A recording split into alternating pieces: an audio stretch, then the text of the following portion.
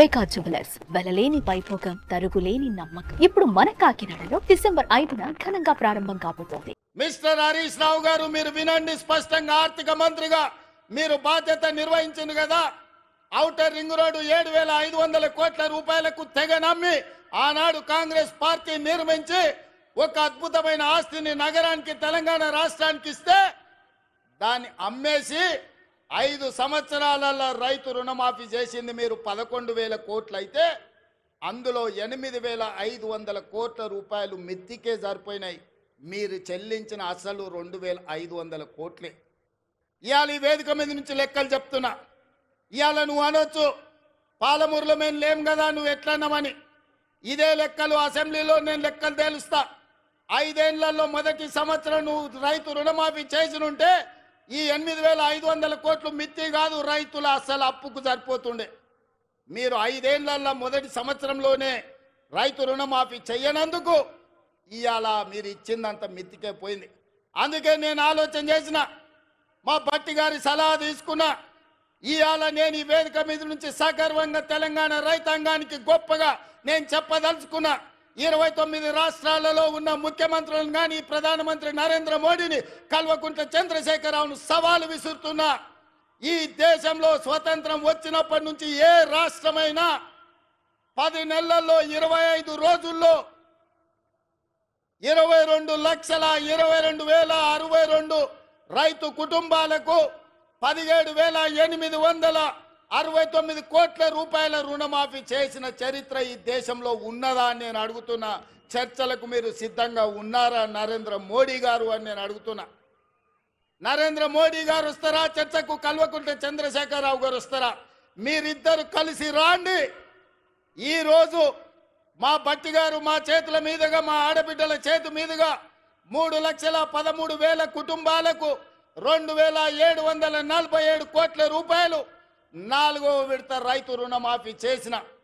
మొత్తంగా 25 లక్షల రైతు కుటుంబాలకు 21,000 కోట్ల రూపాయల రైతు రుణమాఫీ మొదటి సంవత్సరంలో చేసిన ప్రభుత్వం, ప్రజా పాలన ఈ దేశంలో ఉన్నదే అంటే అది తెలంగాణ.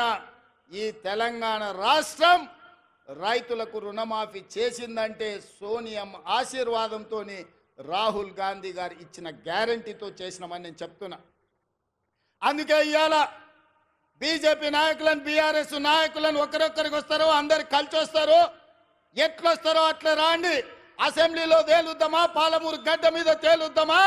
మొదటి సంవత్సరంలో 25 లక్షల రైతు కుటుంబాలకు 21,000 కోట్ల రూపాయల రైతు రుణమాఫీ చేసిన పేటెంట్ కాంగ్రెస్ పార్టీ గ్యారంటీ అని నేను చెప్పదలుచుకున్నా. గ్యారంటీల గురించి మాట్లాడాల్సి వస్తే, స్వతంత్రం వచ్చినప్పటి నుంచి దళితులకు, గిరిజనులకు, ఆదివాసీలకు, బలైన వర్గాలకు భూ పంపకాలు చేసి అసైన్మెంట్ పట్టాలు ఇవ్వడం ద్వారా ఆ గ్యారంటీ మాది. రైతులను ఆదుకున్న చరిత్ర మాది. రైతు రుణమాఫీ చేసిన చరిత్ర మాది. కనీసం మద్దతు ధర తీసుకొచ్చిన చరిత్ర మాది. ఇవాళ రైతులకు రుణమాఫీ చేసిన చరిత్ర మాది. రైతులకు 24 గంటలు ఇవాళ ఉచిత విద్యుత్ వస్తుందంటే ఆనాడు డాక్టర్ వైఎస్ రాజశేఖర రెడ్డి గారు 9 గంటలు రైతాంగానికి నాణ్యమైన ఉచిత విద్యుత్ ఇచ్చి ఈ దేశంలోనే రైతులకు ఉచిత విద్యుత్ ఇవ్వడం కాంగ్రెస్ పార్టీ పేటెంట్ అని నిరూపించుకున్న చరిత్ర కాంగ్రెస్ పార్టీది. రైతు బీమా కనిపెట్టింది కాంగ్రెస్ పార్టీ. రైతులను ఆదుకున్నది కాంగ్రెస్ పార్టీ. ఇవాళ రైతుల గురించి ఏదైనా పేటెంట్ ఉంది, ఏదైనా గ్యారంటీ ఉందంటే రైతు రుణమాఫీ కావచ్చు, రైతులకు ఉచిత కరెంటు కావచ్చు, రైతు బీమా కావచ్చు. ఇవాళ రైతులను అన్ని రకాలుగా ఆదుకున్న కనీస మద్దతు ధర కావచ్చు. ఇవాళ రైతులకు 500 రూపాయలు బోనస్ ఇచ్చి వరి పంటను పండించిన చరిత్ర ఇవాళ కాంగ్రెస్ పార్టీది. ఈ పేటెంట్ అంతా మాది కాదా అని నేను అడుగుతున్నా. దీని మీద చర్చించడానికి మేము సిద్ధంగా ఉన్నాం. ఎవరెవరు వస్తారో రాండి అని చెప్పి ఈ వేదిక మీద నుంచి నేను సవాలు విసిరదర్చుకున్నా. అందుకే మిత్రులారా, ఇవాళ 70 సంవత్సరాల తర్వాత ఈ జిల్లాకు మనకు అవకాశం వచ్చింది. మన ప్రాజెక్టులు ఇంకా పడా ఉన్నాయి. నేను అడుగుతున్న చంద్రశేఖరరావు గారిని, ఉమ్మడి రాష్ట్రంలో సమైక్య పాలనలో సీమాంధ్ర ముఖ్యమంత్రులు తెలంగాణకు అన్యాయం చేసిండ్రన్నావు. మరి తెలంగాణ వచ్చిన తర్వాత మీరెట్లా అన్యాయం చేసిందా అని నేను అడుగుతున్నా. నువ్వు కరీంనగర్లో ఓడిపోతాని వలస వచ్చి పాలమూరు జిల్లాకు వస్తే పాలమూరులో మీకు ఊరు లేకపోయినా పార్లమెంటులో మీ నోరు లేకపోయినా 2009లో పార్లమెంటుకు గెలిపించి పంపించింది పల్లకిలో మోసింది మేము కాదా?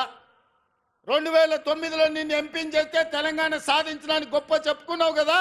వచ్చిన తెలంగాణలో మమ్మల్ని ఆదుకొని మా ప్రాజెక్టులను పూర్తి చేయాల్సిన బాధ్యత చంద్రశేఖరరావు గారు మీకు మీ ప్రభుత్వానికి లేకపోయినా ఆనాడు జిల్లా మొత్తం నీకు అండగా నిలబడి ఎమ్మెల్యేలు ఎంపీలను గెలిపించి ఈ జిల్లా మొత్తం నీ పార్టీకి అండగా నిలబడితే మా గుండెల మీద తన్ని మమ్మల్ని మోసం చేసి మా పసిడి పంటలు పండాల్సిన పాలమూరు జిల్లాను ఎడారిగా మార్చి వలసలు శాశ్వతంగా ఉండేటట్టుగా మా కుటుంబాలు మా సోదరులు కన్న పిల్లలను వదులుకొని బొంబాయో దుబాయో బొగ్గుబాయిల చుట్టూతా తట్ట పని పార పనికి మట్టి పనికి వలసలు పంపించింది నువ్వు కాదా చంద్రశేఖరరావు అని నేను అడుగుతున్నా.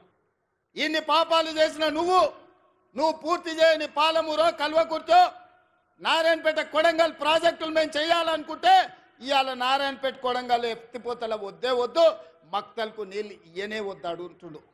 నేను అడుగుతున్నా, ఇవాళ మా జిల్లాకు ఒక అవకాశం వస్తే 70 సంవత్సరాల తర్వాత కనీసం మమ్మల్ని వాడొచ్చి వీడొచ్చి పాలమూరును దత్తత తీసుకుంటున్నా అనేవాడు.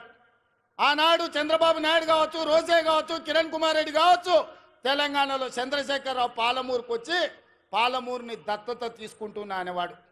కానీ ఇవాళ మీ ఆశీర్వాదంతో మీ పాలమూరు బిడ్డ సొంత బిడ్డ ఎవరి దయదాక్షిణ్యాలు అక్కర్లేదు, మమ్మల్ని ఎవరి దత్తత తీసుకోవాల్సిన పని లేదు, మా వాడే మా బిడ్డనే ఈ రాష్ట్రానికి ముఖ్యమంత్రి అయ్యుడు సంతకాలు పెడతాడు అన్నప్పుడు కాళ్ళల్లో కట్టెబెట్టడం న్యాయమా? మిత్రులారా మీరు ఆలోచన చేయండి.